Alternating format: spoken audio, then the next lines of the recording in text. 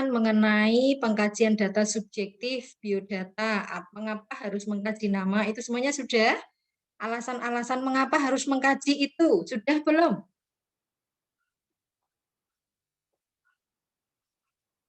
Halo? Alasannya sepertinya belum ada, Bu, alasannya. Oh, hanya biodata apa-apa gitu? Nggih. Oh gitu ya, ini silakan dicermati ya. Mengapa sih untuk mengkaji biodata kita perlu nama ya, nama pasien, nama suami, mengapa perlu juga, kemudian mengetahui KTP-nya, mengapa perlu ya. Jadi ya, nama itu untuk mempermudah kita ya dalam mengetahui pasien sehingga dapat diberikan asuhan yang sesuai dengan kondisinya. Selain itu juga untuk membina trust ya, hubungan saling percaya antara tenaga kesehatan, bidan dengan pasien. Kemudian umur ya, umur kira-kira kenapa? Umur ya untuk mengetahui apakah pasien atau ibu hamil itu punya faktor resiko atau tidak. Karena umur yang sebagaimana kita tahu ada umur apa? Usia reproduksi sehat, usia reproduksi tidak sehat. Yang usia reproduksi sehat umur berapa, Mbak?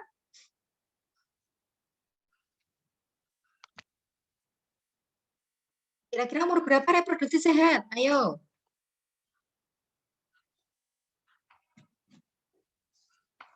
Halo? Usia reproduksi yang bisa atau normal untuk melahirkan, hamil, melahirkan, itu usia berapa?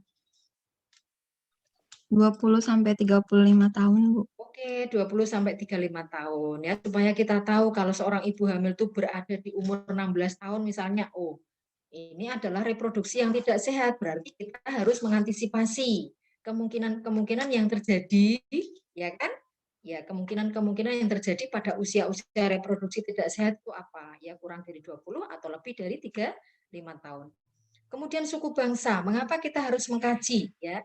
Karena kita juga ya tahu suku, adat, istiadat ya masing-masing ras suku itu mempunyai kebiasaan-kebiasaan dan pola hidup yang sudah dilakukannya sehingga ya suku ras itu punya kebiasaan yang berbeda-beda ya sehingga kita harus mengkajinya apakah kebiasaan-kebiasaan itu sehat atau tidak, mendukung kesehatan apa tidak ya ini.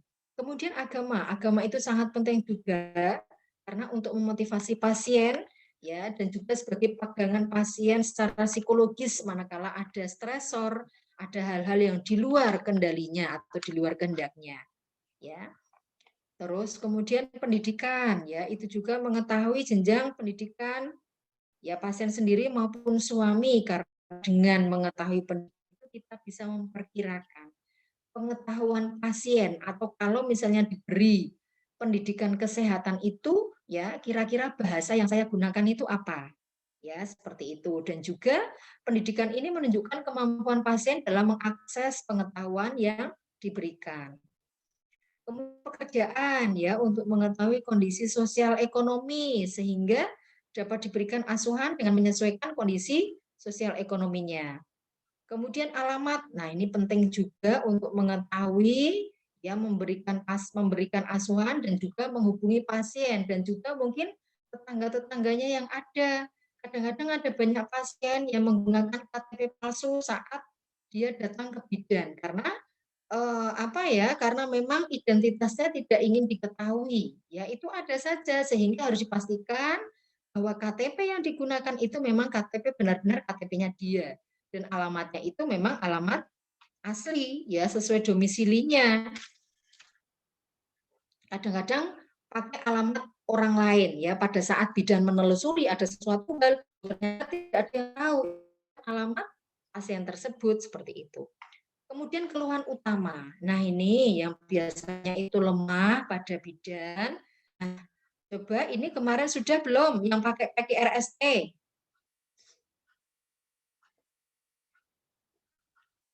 Sudahkah?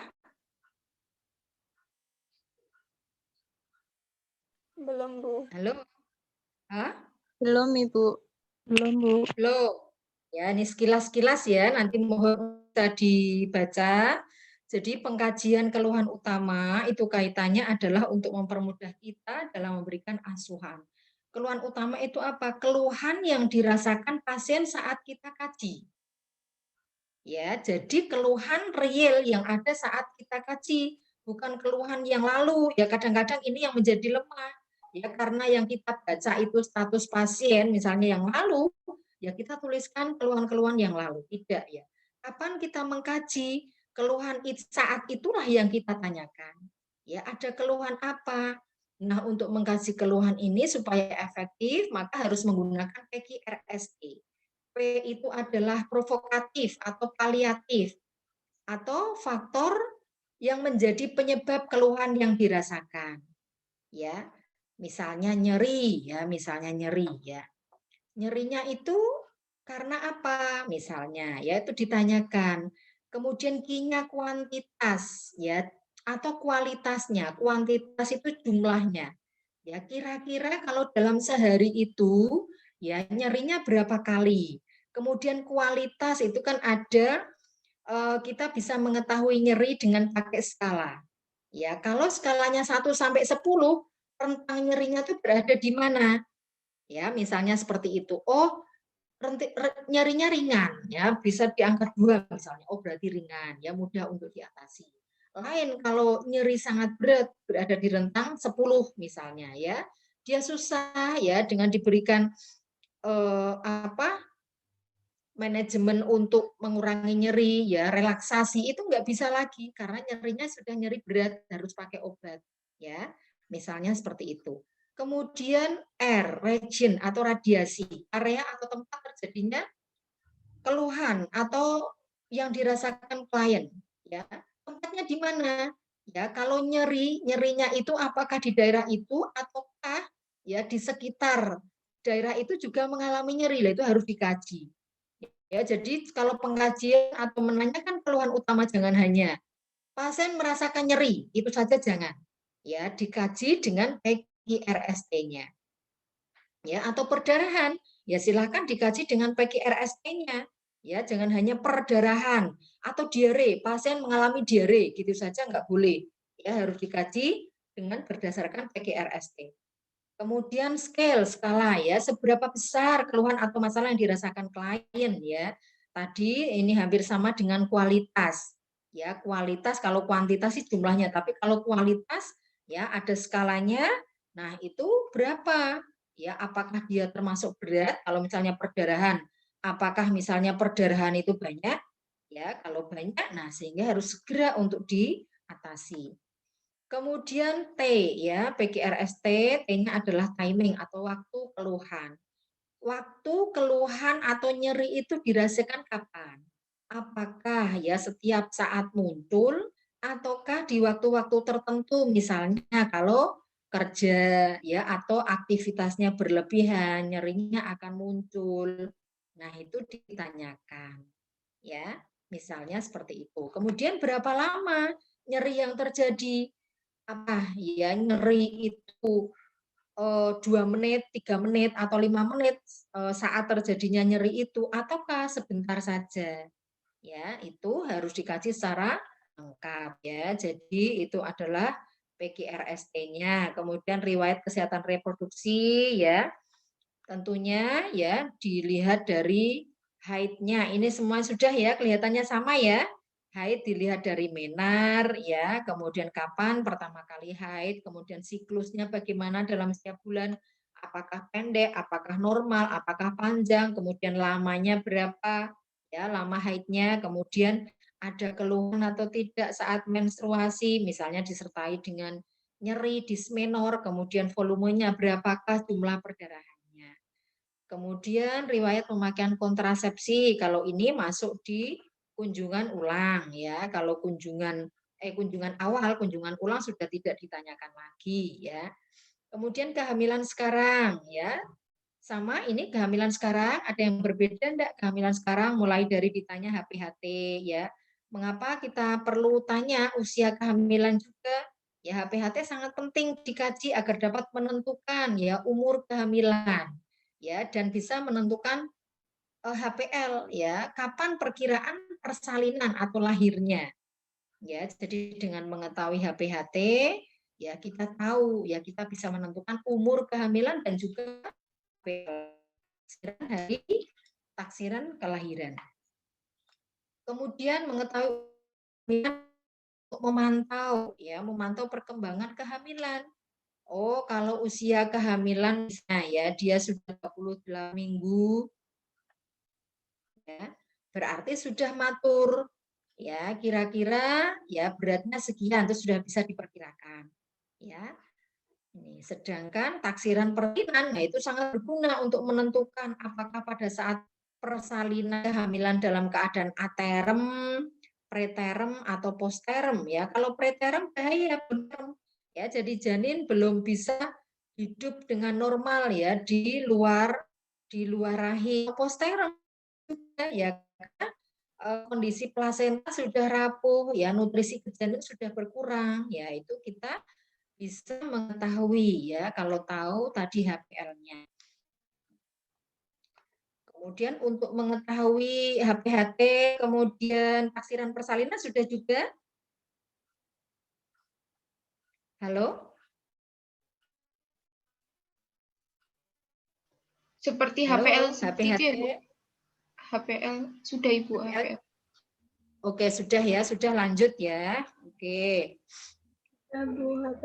Ya, kehamilan juga sudah ya. Sudah Ibu. Oke. Kalau sudah lanjut ya. Oke, kemudian gerak janin ini kelihatannya sama, jadi ini dikasih kunjungan ulang. Ya, jadi gerakan janin pertama kali yaitu ditanyakan untuk mengetahui ya gerakan janin yang pertama kali dirasakan ibu pada usia kehamilan ya, dan mengetahui masalah yang mungkin terjadi pada janin. Ya, gerakan janin itu kalau misalnya usia kehamilannya sudah ya melebihi 22 minggu, 28 minggu itu sudah bisa dikenali ya. Dan rata-rata ya pergerakan normal janin ya yang kehamilan sudah trimester 2 sampai trimester 3 ke atas ini ya minimal 12 jam. Ya, jadi nanti bisa dilihat ya 12 kali, 10 kali dalam 12 jam. Itu kira-kira. Kemudian melakukan pengkajian keluhan yang dirasakan selama hamil ya. Selama hamil beda dengan keluhan utama ya. Selama hamil ini ada keluhan yang dirasakan tidak? Ya, oh, lihat-lihat kalau misalnya ya, kita bisa memprediksi ya yang biasa terjadi pada trimester pertama. Yaitu kira-kira yang dirasakan ibu apa? Trimester pertama kira-kira apa keluhannya?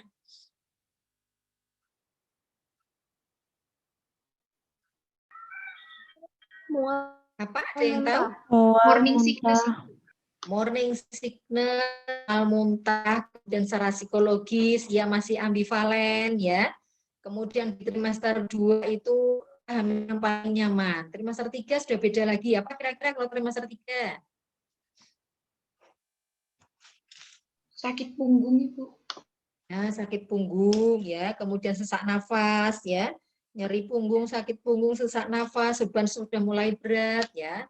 Nah, itu kita sudah memprediksi ada keluhan-keluhan itu pada yang dirasakan ibu hamil ya, itu dikaji. Kemudian obat-obatan yang dikonsumsi selama hamil ya untuk mengetahui ada enggak ibu menderita penyakit ya yang dialami saat ya kehamilannya. Nah, ini kemudian tanda-tanda bahaya ya, tanda-tanda bahaya ya yang dirasakan. Tanda-tanda bahaya sudah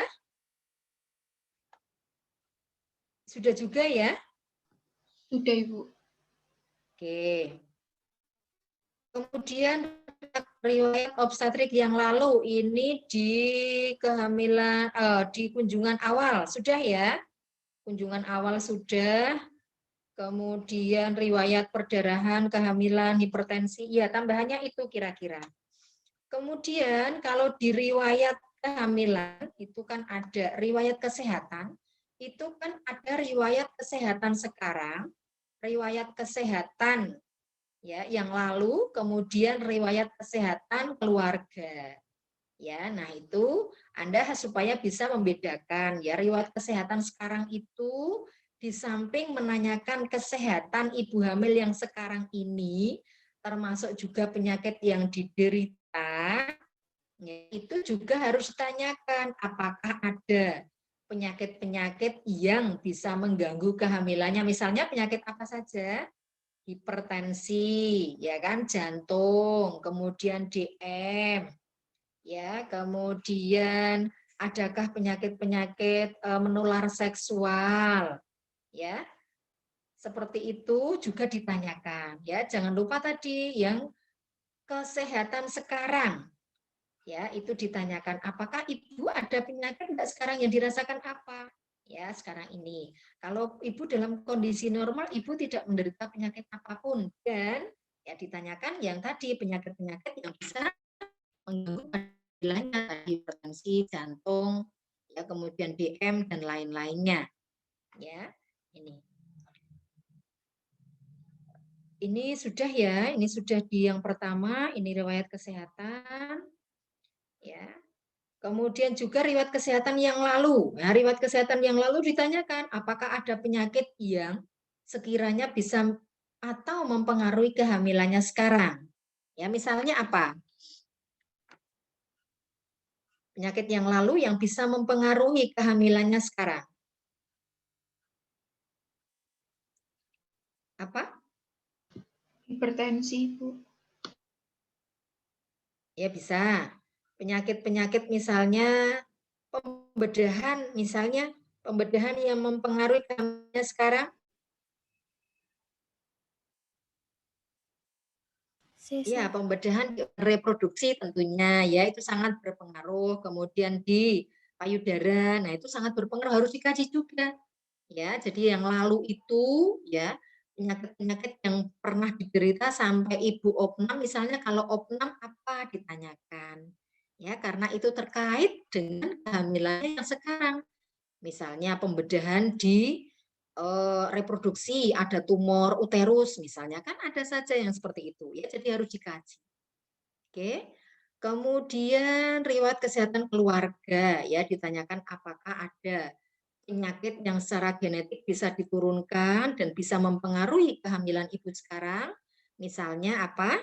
Hipertensi ya. Kalau dalam keluarga itu ada hipertensi, kemungkinan ya ibu itu bisa menderita hipertensi juga. Atau preeklamsi dalam keluarga. Nah, itu juga kemungkinan menurun itu adalah sangat besar, ya. Kemudian DM, ya, diabetes mellitus nanti bisa menyebabkan DM gestasional atau hamil dengan diabetes mellitus. Nah, atau keturunan kembar. Nah, itu juga harus ditanyakan.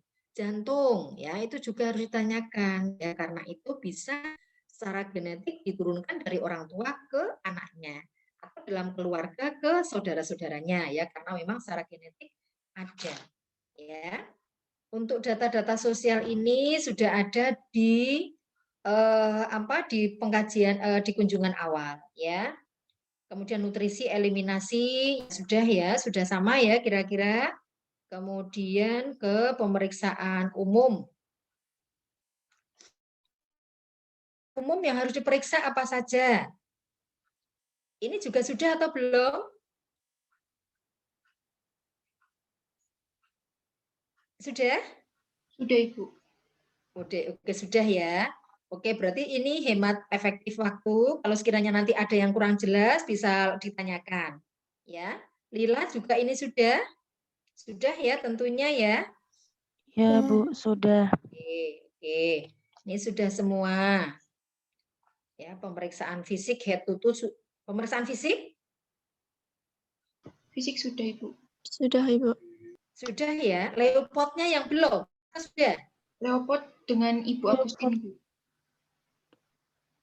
Oh, Leopard sudah. Sudah juga. Oke, sudah. Oke, sudah. Sudah pakai video? Leopold dipraktekkan oleh Ibu Agustin, Ibu. Sudah dipraktekkan ya, oke. Ini pemeriksaannya oke, ya Leopold 1 ini. Nah, kalau sudah saya ini kembali. Leopold 1 untuk apa? Mengetahui TFU. Oke, mengetahui tinggi fundus uteri ya. Sehingga dengan kita tahu fundus uteri, kita bisa memperkirakan usia kehamilan ya. Di samping tadi dengan HPHT, karena untuk memvalidasi apakah HPHT yang dikatakan Pak itu benar atau tidak, kita bisa mengetahui dari tingginya fundus uteri. Dan juga apa? Di Leopard 1? Leopard 1, selain mengetahui fundus uteri, mengetahui Bagian janin. Oke, bagian yang ada di fundus, bukan bagian janin ya. Bagian yang berada di fundus itu apa? Apakah kepala ataukah ya bokong ya? Kalau kepala bagaimana? Kalau Bulat kepala, kalau Bulat teraba kepala keras, bagaimana bulat. yang dirasakan? Bulat Hah? keras. Bulat keras, Ibu. Teraba bulat keras. Oke, sudah ya. Berarti saya memastikan, berarti Anda sudah ya. Ini juga sudah. Ya, Leopard 2 ya, mengetahui apa? Mengetahui bagian kanan atau kiri. Nah, mengetahui bagian-bagian janin ya, yang berada di kiri atau kanan janin ya, bisa. Kalau dia posisinya adalah membujur ya, tentunya bagian kiri dan kanan ya. Kalau satu sisi punggung, satu sisi berarti bagian kecil-kecil janin. Ya, kalau posisi lintang ya lain lagi ya. Oke. Leopard 3.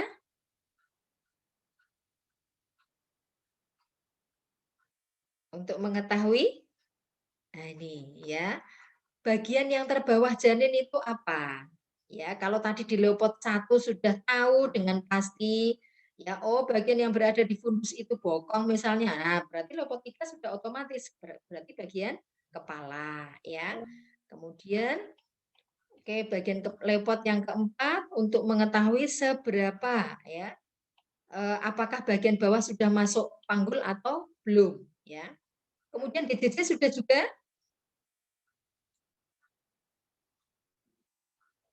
DJJ? Sudah, Ibu. Oke, sudah ya, sudah semua. Oke, kalau ini sudah, menghitung DJJ sudah juga ya. Menghitung DJJ belum, Bu. Diri, Bu. ya? Menghitungnya belum, Ibu. Menghitungnya belum. Oke. Ya. Jadi untuk mengetahui berada di mana DJJ itu bagaimana?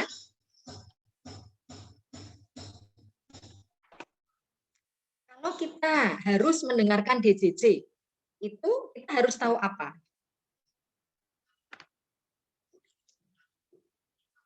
Apa? Punktum. Kita harus tahu punktum maksimumnya, ya. Punktum maksimum itu dicari dengan mencari letak punggung bayi. Ya, kalau kepala berada di bawah, nah jantung itu kan dekat dengan kepala. Ya, kalau kepalanya sudah di bawah berarti jangan ke atas-atas ya. Di bagian mana? Puka misalnya, dia berada punggungnya puka, punggung kanan. Berarti ya, dilihatnya adalah punktum maksimum itu kira-kira berada di antara pusat dan simfisis. Ya, sebelah kanan. Kalau punggungnya kiri, berarti berada di antara pusat dan simfisis sebelah kiri. Cari titik yang terbesar, ya. Oke. Kemudian cara menghitungnya, ya, cara menghitungnya jangan sampai Anda keliru dengan arteri ibu, ya, atau arteri tali pusat, karena biasanya itu hampir sama bunyinya. Kalau yang tali pusat itu ya ada suara-suara yang lainnya. Kemudian kalau DJJ ya berbeda, ya. Untuk bisa membedakan antara DJJ atau ya denyut tali pusat itu, Anda pada saat menghitung DJJ harus memegang nadi ibu. Ya, kalau sama berarti itu bukan DJJ. Ya. Kalau berbeda, nah kemudian sudah ketemu berbeda maka dihitung. Cara menghitungnya dihitung 3 kali. Cara yang bagus adalah yang dihitung selama 1 menit penuh. Ya, dan perhatikan apakah ya iramanya itu sama sesuai misalnya duk duk duk duk. Nah, sama seperti itu atau duk duk duk. Nah, itu irregular berbahaya. Ya, nah itu harus diperhatikan. Ya, yang DJJ normal itu 120 sampai 160 kali per menit. Cara yang itu kalau dihitung 1 menit penuh ya, cara yang satunya lagi dihitung 3 kali tiap 5 detik. Ya, kemudian jumlahnya dikalikan 4. Ya, 5 detik pertama dihitung berapa? 5 detik kedua dihitung berapa? 5 detik ketiga dihitung dikalikan 4 ya, nanti ketemu jumlahnya. Ya, atau dihitung 1 menit penuh. Kadang-kadang kalau misalnya ragu, oh iramanya kok tidak reguler, irregular, berarti harus dihitung 1 menit penuh. Ya, gitu. Oke, kemudian genitalia. Nah, ini genitalia juga tidak harus diperiksa ya, pemeriksaan fisik ini. Jadi ada indikasi ya, indikasi-indikasi tertentu misalnya ya ibu itu mengeluh ya ada keputihan yang berlebihan, kemudian merasakan nyeri ya di bagian genitalia, kemudian sekret yang dikeluarkan itu berbau. Misalnya warnanya tidak putih tapi sudah kuning kehijauan, kemudian ada rasa gatal, misalnya seperti itu harus diperiksa. Kalau ibu tidak mau diberikan penjelasan, ya supaya kita bisa mengidentifikasi apakah memang ya itu terjadi patologis atau hanya fisiologis, sekret ya, sekret atau keputihan yang fisiologis, ya. Jadi itu harus diperhatikan. Kemudian kita juga harus mengetahui ya ini ginjal itu dalam posisi normal apa tidak. Ya, nah ini menentukan area yang akan diketuk atau diperkusi. Ya, ini misalnya di bagian pinggang ini, ya costa vertebra, ya ini diketuk. Ya, kalau dia merasa nyeri berarti ada kelainan. Ya, jangan ya ini perkusi ya. Itu kemudian refleks patella, ya refleks patella sudah juga ya, sudah semuanya ya. Oke, kalau sudah kita lanjut ya. Ini distansia ini sudah? Belum, Ibu. Oh, belum. Ya, jadi kita juga harus tahu ya, mengetahui ukuran panggul luar UPL. Ya, gunanya apa? Kita bisa memprediksi apakah ibu hamil itu bisa melahirkan secara normal atau tidak. Yang tidak bisa lahir secara normal misalnya dengan inspeksi kita tahu apa? Ibu yang bagaimana?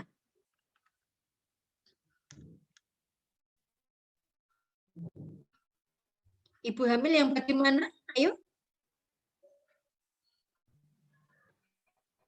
Kalau ibunya Ibu itu hamil yang tinggi, tingginya ya normal. kurang. Ah, gimana? Gimana?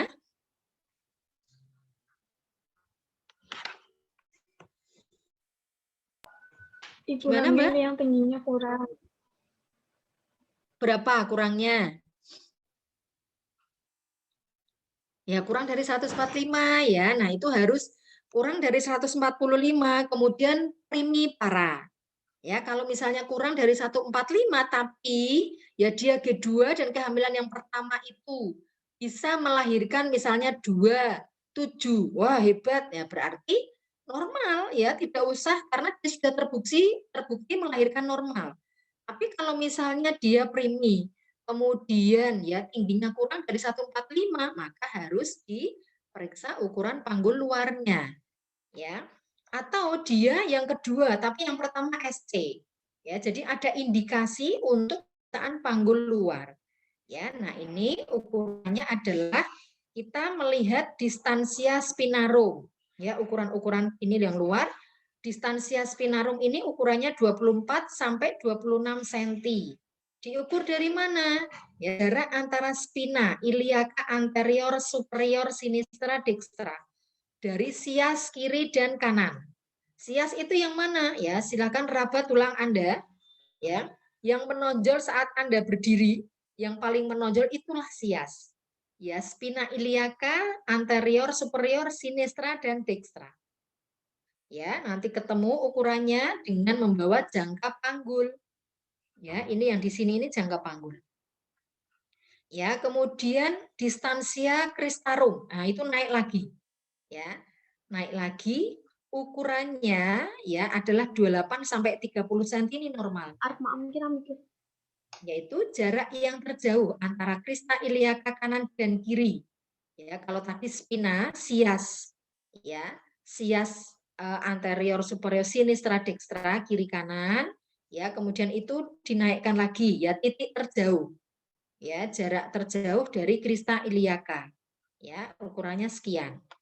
Kemudian adalah konjugata eksterna atau bodelok. Ya, ukurannya adalah kurang lebih 18 cm ya, jarak antara tepi atas simpisis ya, tepi atas simpisis ini dengan ya prosesus sipoides ruas tulang lumbal ke-5, yaitu tulang yang menonjol di bagian punggung ini ya. Jadi ke belakang mengukurnya, jangka panggul dibawa ke belakang ini jangka panggulnya tuh ini. Ya. Dari sias ini tepi ya, kok sias apa simpisis ya, tepi atas simpisis, kemudian sampai ke prosesus spinosus ya, ruas tulang lumbal ke-5 ya, bagian yang menonjol. Oke. Nah, kemudian yang ukuran terakhir adalah ukuran lingkar panggul. Ya, diukur dari tepi atas simpisis. Tadi ya darah yang diukur tadi dilewati sama itu metlin ya. Di atas simpisis ke pertengahan spina iliaca sias, kemudian ke ya trochanter mayor sinistra, kemudian ke prosesus ke tadi yang diukur dengan bodylock ini ya, ke situ kemudian kembali lagi ke sias, kembali lagi ke tepi atas simpisis. Nah, itu berapa? Ya, jadi normalnya 80 sampai 95 cm. Ya, itu adalah ukuran-ukuran panggul luar ada 4, jangan lupa. Distansia spinarum, cristarum, bodelok, dan ukuran panggul luar. Ya. Oke. Oke, itu adalah untuk pemeriksaan fisik ya. Oke, mudah-mudahan ini semua. Nanti ada yang kurang jelas silakan nanti Anda bertanya. Nah, kemudian Bresker tadi sudah dapat Bresker? Pemeriksaan payudara pada ibu hamil.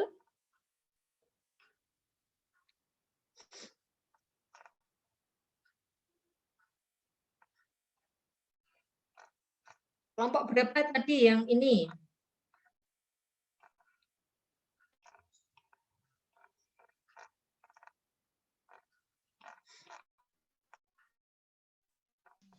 Jawab Ibu kelompok 3. Siapkan Bu Yumil tak mencari.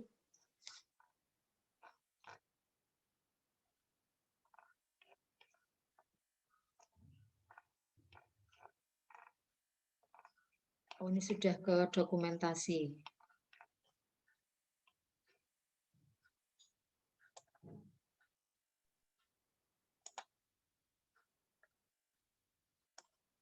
Oke, Bresker bisa dipresentasikan.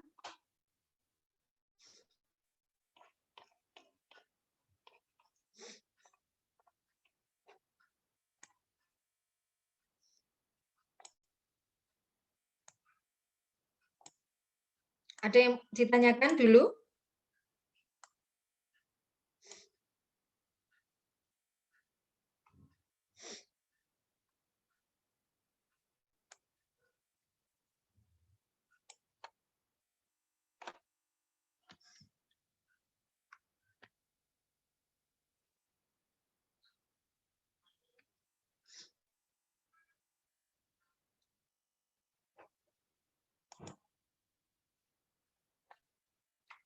Oke, itu tadi anamnesa dan pemeriksaan fisik ya sudah sekaligus jadi satu. Leopold sudah ya, kemudian Ayo Bresker sudah belum pemeriksaan payudara pada ibu? Nanti ini dari saya.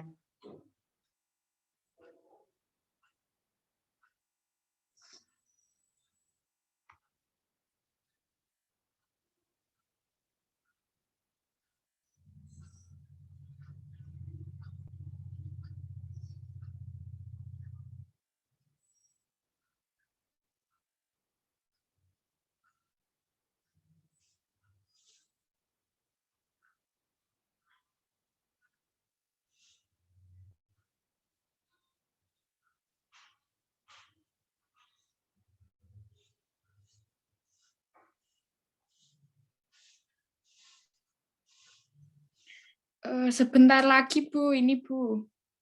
Oke.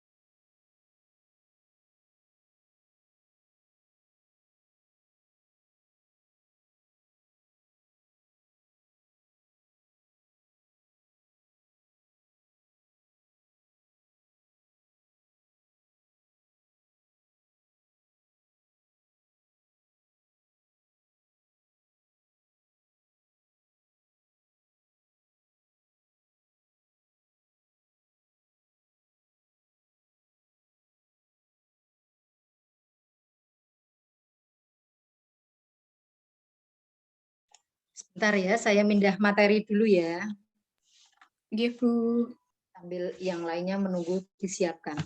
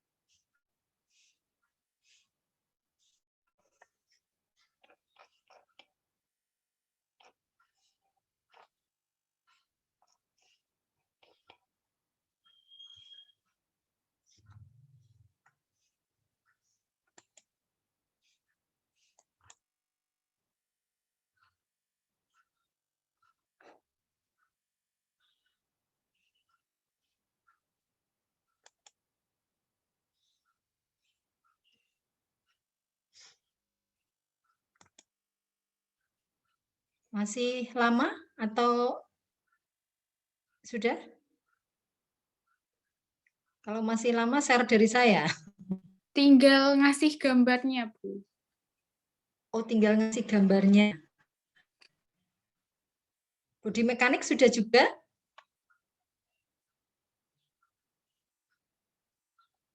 Yang bodi mekanik?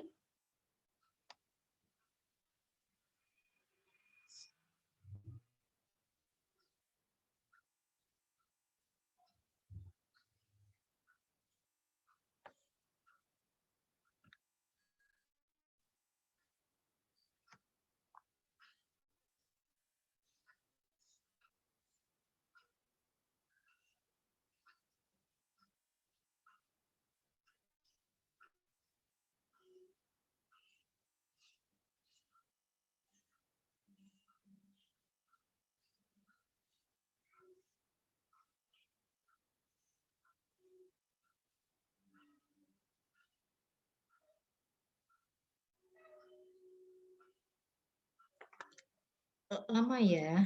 Lama pasar dari saya dulu.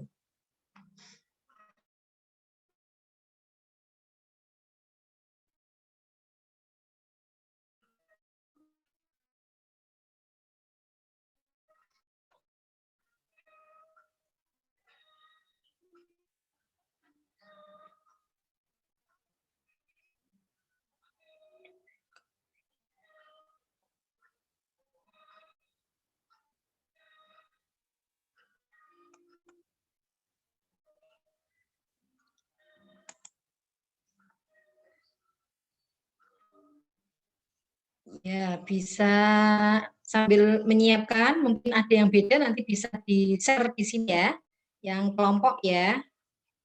Ya, Bu.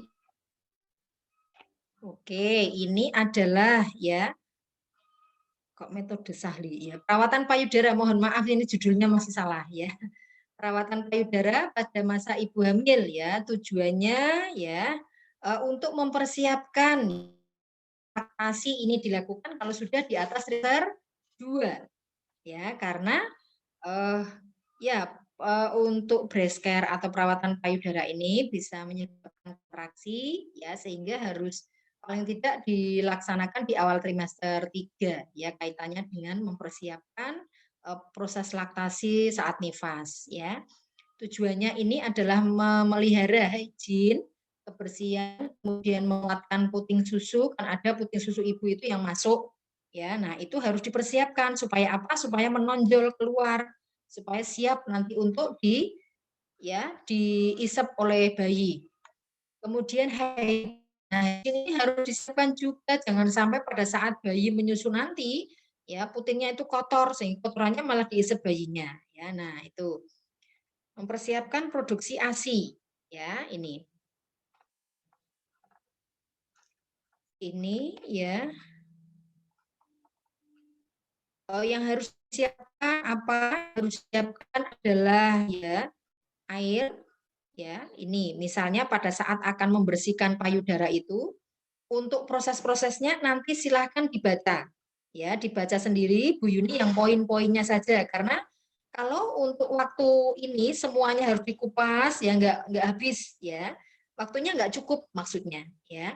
Jadi ini nanti untuk urut-urutannya silahkan Anda membaca ya, dan berusaha untuk memahami dan kemudian tahu dan dipraktekkan ya. Jadi ini mengeluarkan kotoran puting dan melenturkan puting ini dengan mengkompres ya, mengompres puting dengan ya kapas, berikan minyak ya, jangan minyak yang habis menggoreng ya. Nah, minyak yang bersih, baby oil ya, atau minyak, nah itu ditempelkan kira-kira 5 menit ya, dibiarkan, kemudian nanti akan keluar kotoran-kotorannya ya. Setelah itu, nah ini dilakukan saat mau mandi ya, sehingga nanti kotoran-kotorannya akan terangkat dan kemudian dibersihkan ya, ini ya. Oke. Kemudian ya untuk ya puting susu yang mendatar atau masuk, nah ini dilakukan perasat Hoffman. Ya, caranya jadi menekan areola memakai 2 ibu jari, ya 2 ibu jari, kemudian pijat ke arah luar, atas bawah lalu kiri kanan. Ya, nah ini contohnya ya, gambarnya seperti ini. Ya. Jadi dengan ini ya memakai 2 ibu jari ya, kemudian kita pijat ke arah luar ya, ke arah luar itu adalah kiri kanan atas bawah. Supaya apa? Untuk menonjolkan putingnya. Jadi puting yang datar atau puting masuk itu nanti tidak bisa disusu oleh bayi. Nah, ini harus dipersiapkan dari sekarang. Jangan sampai nanti ibu nifas loh, ternyata putingnya masuk, bayi nggak bisa menyusu. Ya, namanya adalah perasat Hoffman. Jangan sampai lupa ya, ada Hoffman sign itu di nifas itu ada, dan kalau perasat ini Hoffman ya, untuk menarik puting keluar. Ya, jangan salah loh ya, ada Hoffman sign dan Hoffman ya. Nih. Nah, kemudian menarik puting. Putingnya ditarik-tarik keluar. Ya, Ibu harus diajari ya sampai 20 kali. Ya, setelah ini dilakukan prasat homan, nah ini diajari untuk putingnya ditarik keluar. Nah, kemudian mengajari Ibu untuk mengolesi tangan pakai sedikit minyak, ya, kemudian dibresker. Ya. Pertama diajari dulu ya, Anda sebagai bidan harus mendemonstrasikan. Ya. Ini baby oil memegang pangkal payudara, kemudian kedua tangan mengurut dengan lembut dari pangkal menuju puting. Ya. Bisa dibayangkan? Ya, ini kemudian ke arah ke puting ya, bergantian ya, kiri kanan ya sebanyak 20 kali. Oke. Kemudian mengajari Ibu memijat daerah areola hingga keluar cairan 1-2 tetes. Ya, jadi areola yang bagian di sekitar puting susu yang menghitam itu namanya areola. Areola mame itu dipijat supaya tidak ada bagian yang tersumbat. Ya, dipencet, ya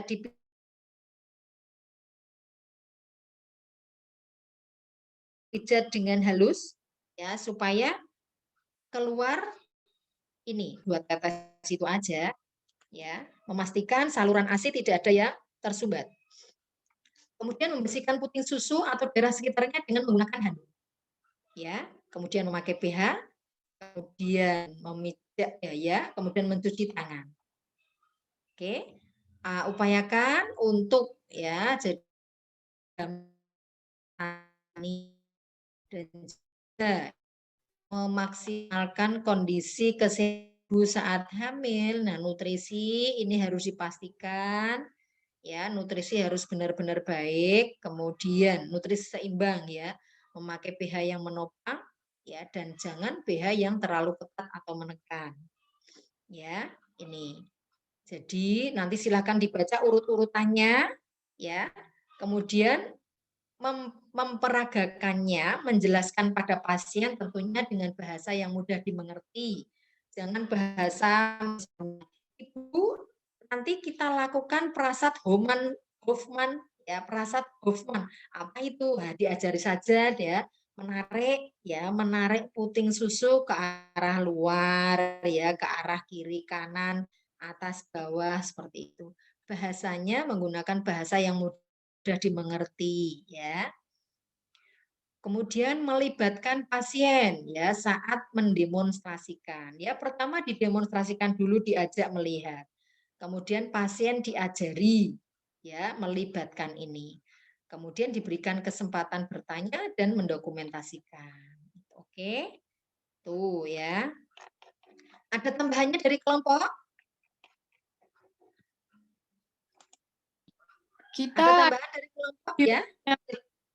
Ayo silahkan di-share untuk kelompok. ya videonya ya Bu. Oke, videonya.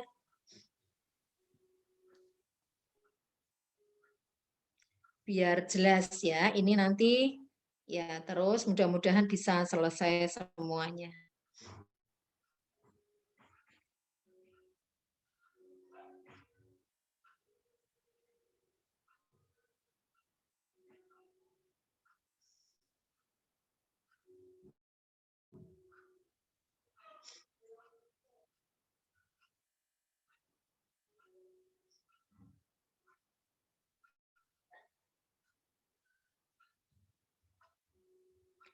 Breast care-nya beda ya antara breast care ibu hamil dan breast care ibu nifas ya.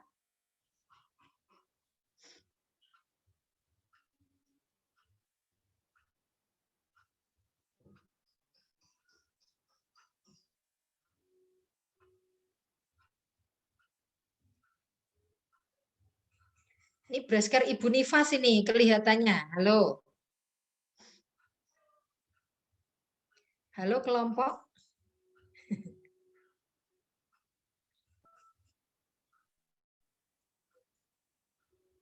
Ibu hamil itu Bu. Ibu hamil, ini pakai kompres hangat dingin toh? Ya, oke.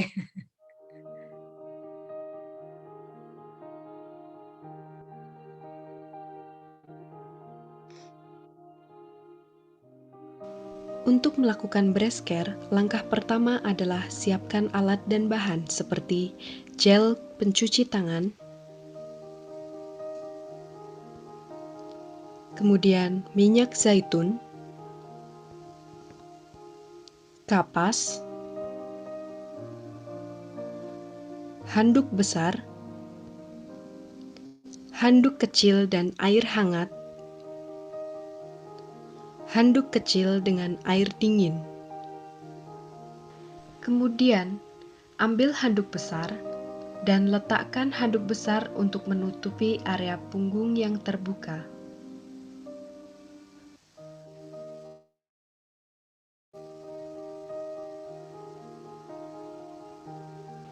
Langkah selanjutnya, ambil gel pencuci tangan dan cucilah kedua tangan dengan 7 langkah.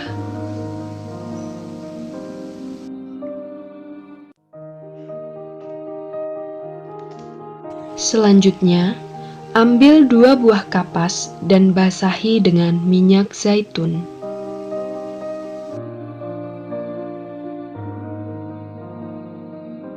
Tempelkan pada area puting susu, kemudian berikan gerakan memutar ke arah luar dan dalam sebanyak 30 kali, yang berguna untuk membersihkan kotoran yang menyumbat jalan keluarnya ASI. Gerakan kedua, tarik puting susu ke arah depan sebanyak 30 kali. Gerakan ini berguna untuk menghilangkan kotoran yang menempel. Selanjutnya, basahi kedua tangan dengan minyak zaitun. Kemudian lakukan gerakan masas pada area payudara dimulai dari bagian tengah, atas, samping, dan bawah, kemudian sentilkan ke arah depan, lakukan hingga 30 kali pengulangan.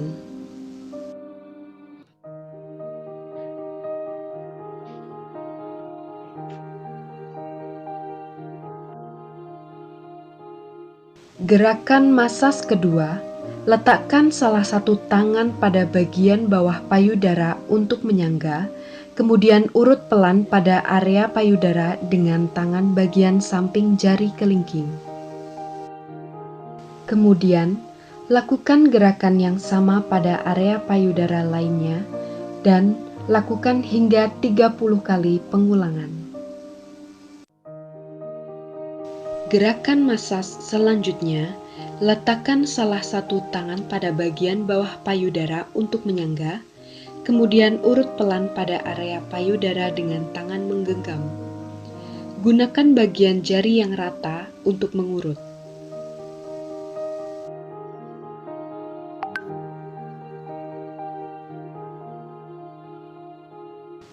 Lakukan gerakan yang sama pada area payudara lainnya dan lakukan hingga 30 kali pengulangan.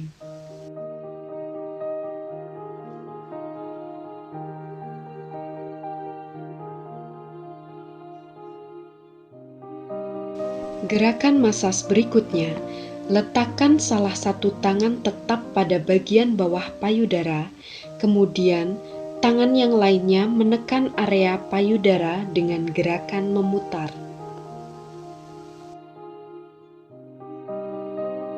Kemudian, lakukan gerakan yang sama pada area payudara lainnya dan lakukan hingga 30 kali pengulangan.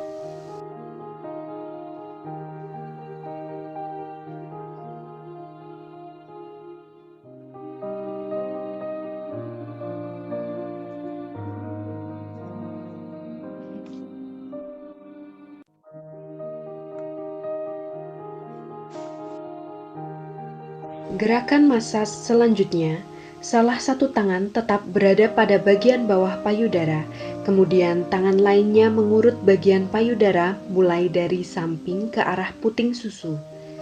Gerakan ini bertujuan untuk mengeluarkan ASI.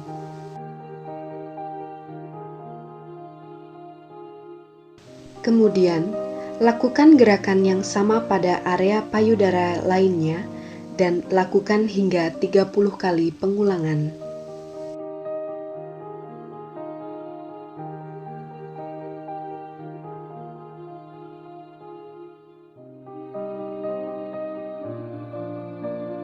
Selanjutnya, ambil handuk kecil yang sudah direndam dengan air hangat, kemudian peras, dan letakkan handuk pada bagian payudara.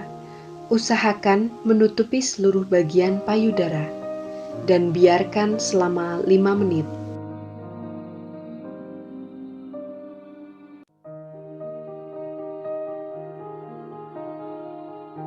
Setelah selesai, lepaskan handuk. Kemudian, ambil handuk kecil yang sudah direndam dengan air dingin, kemudian diperas, dan letakkan handuk pada bagian payudara, dan usahakan menutupi seluruh bagian payudara, dan biarkan selama 5 menit. Setelah selesai, lepaskan handuk dan keringkan payudara menggunakan handuk kering.